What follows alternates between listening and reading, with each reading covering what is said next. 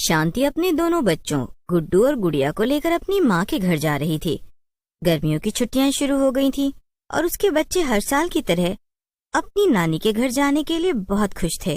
बड़ी अजीब बात है ना माँ, हर साल तो हमारी छुट्टियां होने से पहले ही नानी हमें इतने फोन करती थी कि जल्दी से आ जाओ, जल्दी से आ जाओ, लेकिन इस बार उन्होंने एक बार भी हमें फोन नहीं किया। हाँ माँ, ऐसा क्यों? क्या नानी हमसे नाराज है? अरे नहीं नहीं बच्चों, ऐसा कुछ भी नहीं है। अभी हम लोग नानी के पास जाएंगे ना, तो वो हम सबको देखकर बहुत खुश हो जाएंगी। थोड़ी देर में वो सब अपनी नानी के घर पहुंच गए। शांति ने अपने घर का दरवाजा खटखटाया, लेकिन बहुत देर तक उसकी माँ घर से बाहर नहीं आई। अरे ये क्या, माँ दरवाजा क्यों नहीं खोल रही हैं? क्या वो घर पे नहीं है? वैसे भी हमने उन्हें अपने आने के बारे में बताया नहीं था। ये देखकर गुड्डू और गुड़िया जोर जोर से दरवाजा खटखटाने लगते हैं। नहीं नहीं माँ, वो देखो ना, दरवाजा बाहर से नहीं बंद है। अगर नानी कहीं गई होती तो यहाँ ताला लगा होता। इसका मतलब कि वो अंदर ही है। थोड़ी देर में उनकी नानी बाहर आ जाती है। वो शांति और उसके बच्चों को देखकर खुश नहीं होती हैं। अरे माँ, मैं कब से दरवाजा खटखटा रही थी, मगर आप खोल ही नहीं रही थी। क्या हुआ? आप सो रही थी क्या? हाँ, मैं सो रही थी, लेकिन तुम लोग यहाँ ऐसे अचानक क्यों आ गए हो? अरे हम तो आपको अचानक आकर सरप्राइज देना चाहते थे। अरे नहीं, ऐसी बात नहीं है। वो मेरी तबीयत कुछ ठीक नहीं है, इसलिए।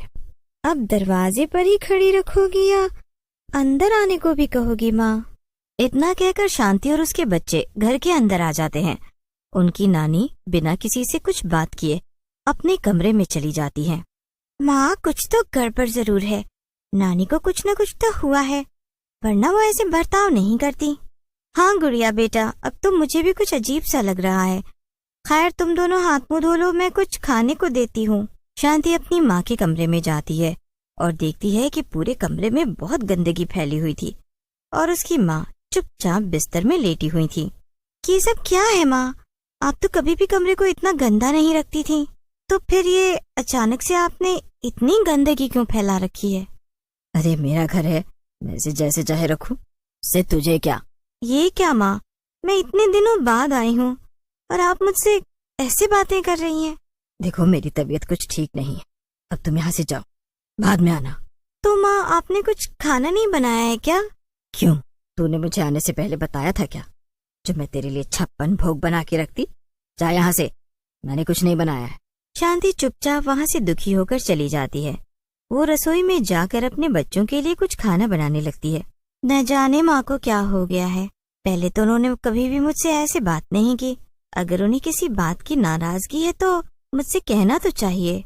ऐसे नाराज रहकर भला क्या मिलेगा? शांति खुद से ही बातें कर रही थी कि तभी उसे गुड्डू और गुड़िया के रोने की आवाज आती है। अरे ये क्या, ये बच्चे क्यों रो रहे हैं? इनका फिर से आपस में झगड़ा हो गया है क्या? शांति भाग के जाती है और देखती है कि गुड़िया एक तरफ गिरी पड़ी है और रो रही है, वहीं दूसरी तरफ गुड्डू को उसकी नानी ने पकड़ रखा था। माँ, ये आप क्या कर रही हैं? शांति जाकर गुड्डू को बचा लेती है। तभी उसकी माँ गुस्से में बोलती है, तूने अपने बच्चों को तमीज नहीं सिखाई है क्या? मैंने इनको साफ साफ मना किया था कि कुछ भी हो जाए ये ऊपर मेरे कमरे में ना आए, लेकिन इन्होंने मेरी बात नहीं मानी। अरे माँ, तो वो तो बच्चे ही हैं ना, उनसे गलती हो गई, आप उन्हें ऐसे मार क्यों रही हैं? लेकिन मुझसे जबान मत लड़ा, ये मेरा घर है और जो मैं कहूँगी वो ही सबको मानना होगा। इसलिए अब अगर किसी ने भी मेरा कहा नहीं माना तो उसकी खैर नहीं। इतना कहकर शांति की माँ गुस्से में वापस अपने कमरे में चली गई। शांति और उसके बच्चे ये सब देखकर बहुत परेशान थे।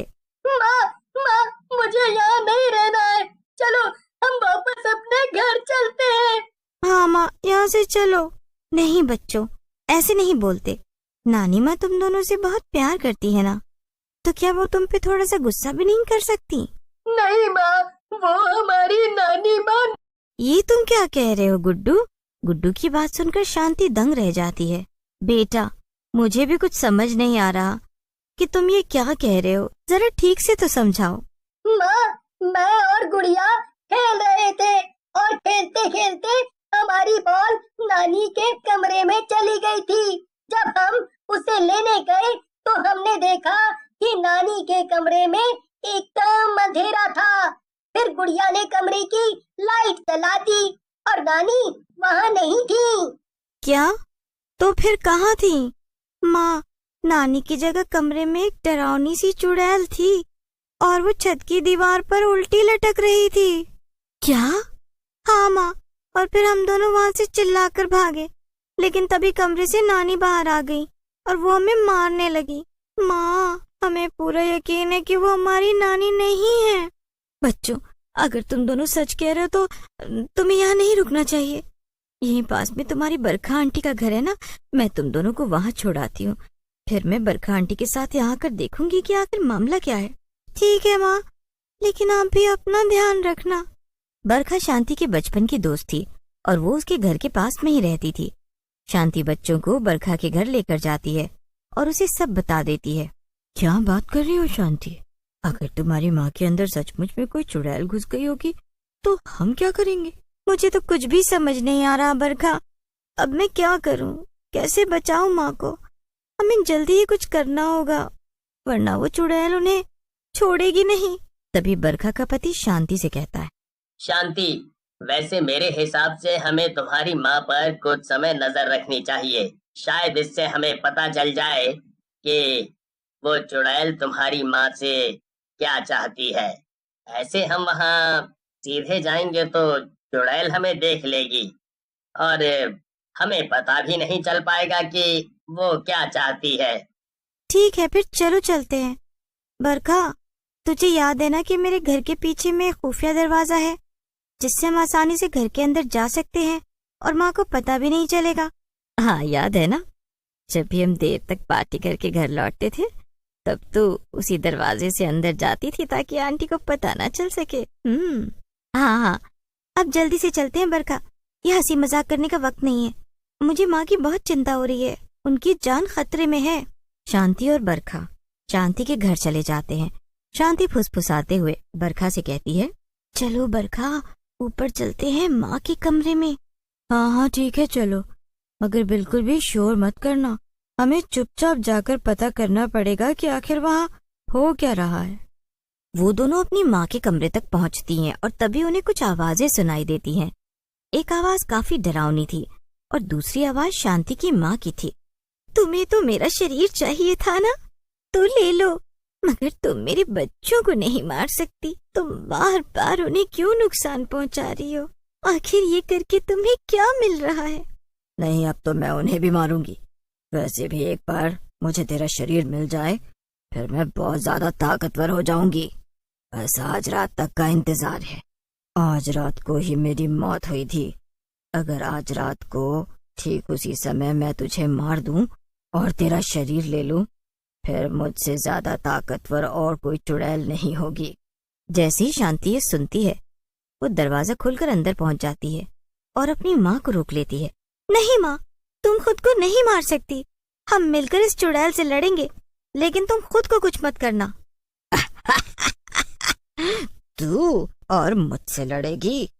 तेरे जैसे इंसानों को तो मैं एक पल में मसल सकती हूँ। चुड़ैल शांति को हवा में उड़ा देती है, लेकिन तभी पीछे से बरखा का पति आ जाता है। उसके हाथ में एक बड़ा सा डंडा था। वो उस डंडे के सहारे चुड़ैल को जोर जोर से मारने लगता है। थोड़ी ही देर में बरखा का पति चुड़ैल को इतना मारता है कि वो वहाँ से भाग जाती है।